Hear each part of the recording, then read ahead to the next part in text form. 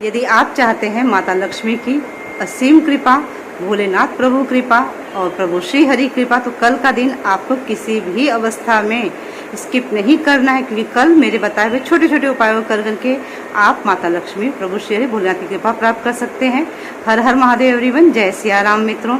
कल हम सब जानते हैं वैशाख शुक्ल मास के मोहिनी एकादशी शुक्ल पक्ष की, और मोहिनी नाम हमारे प्रभु श्री हरि का भी है, जबकि समूह मंथन के समय उन्होंने मोहिनी अवतार भी लिया था अमृत का पान कराने के लिए देवताओं को।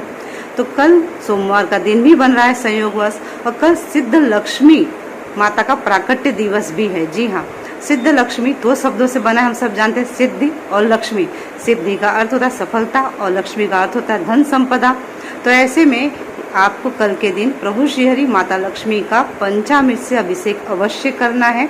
सुबह के समय स्नान कर लीजिए और संकल्प ले करके, तिलक धारण करके, शुद्ध वस्त्र पहन करके, आसन पर बैठ करके प्रभु श्री हरि माता लक्ष्मी का अभिषेक करिए पंचामृत से। यदि आप व्रत रखते हैं एकादशी का, तो पंचामृत को पान नहीं करेंगे, मतलब पंचामृत ग्रहण नहीं करेंगे, उसमें मधु पड़ा होता है। ऐसा करने से व्रत आपका भंग हो सकता है। अब जब आपने पंचामृत से प्रभु माता अभिषेक कर लिया, तब आपको अच्छे से उन्हें स्वच्छ कपड़े से साफ कर लेना है, उन्हें अच्छे से आसन देना है। गुलाब के फूल यदि हो तो उनकी पंखुड़ियों पर आसन प्रदान करिए, और उसके बाद आपको माता लक्ष्मी का अर्चन करना है। अर्चन कैसे करना है? कुमकुम से। कुमकुम ले लीजिए, और चाहे तो उसमें थोड़ी सी हल्दी भी मिला सकते हैं, परंतु कुमकुम से लेकर के आपको माता लक्ष्मी का अर्चन करना है इस मुद्रा से। जैसे आपके पास कुमकुम है तो आप कुमकुम उठाएंगे और माता के सिर चरणों में इस तरह से कुमकुम को आपको छोड़ना है।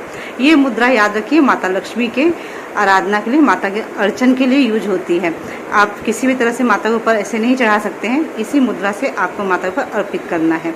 अर्पित करते समय आप माता लक्ष्मी के 1008 या चाहे तो 108 नामों का उच्चारण कर सकते हैं, या फिर अगर आपको इतना समय नहीं है तो श्री सुक्तम, लक्ष्मी सुक्तम का उच्चारण करिए। वीडियो मेरे YouTube चैनल पर अवेलेबल है संस्कृत में, यदि आपको नहीं आती है तो आप वीडियो प्ले करके रख दीजिए, परंतु कुमकुम से अर्चन जरूर करेंगे, इस बात को याद रखिए, क्योंकि माता लक्ष्मी कुमकुम अर्चन से सबसे ज़्यादा प्रसन्न होती हैं।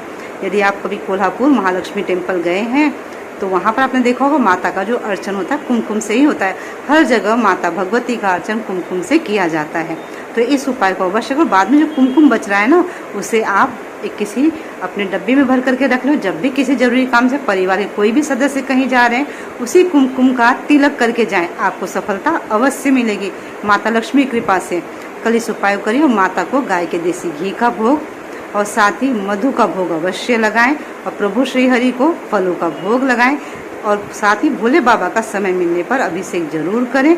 शिवालय में जाकर यदि अभिषेक नहीं भी कर सकते हैं तो संध्या समय शिवालय में जा करके आपको दीपदान अवश्य करना चाहिए। और कल एकादशी तिथि है तो आपको दीपदान अपने घर के मंदिर में संध्या समय, सूर्यास्त के समय करना है, गाय के देसी घी का।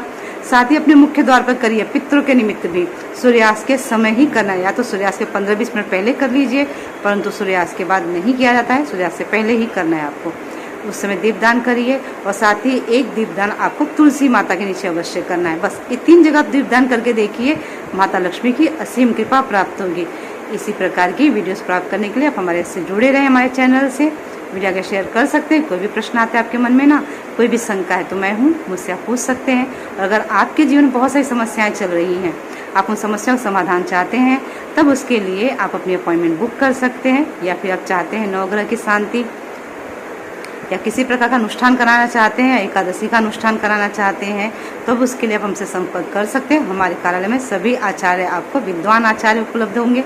मेरी गाइडेंस में सभी पूजा होती है। आप किसी भी शहर में रहें, मैं और विद्वान आचार्य आपके घर आकर के पूजा कराएंगे।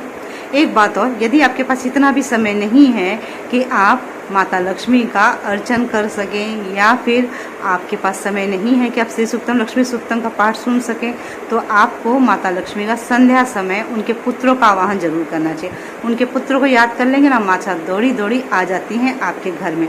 तो माता लक्ष्मी के पुत्रों के नाम इस प्रकार से: ओम सुमुखाय नमः, ओम प्रमोदाय नमः, और विघ्नाय नमः, विघ्नकर्त्रे नमः।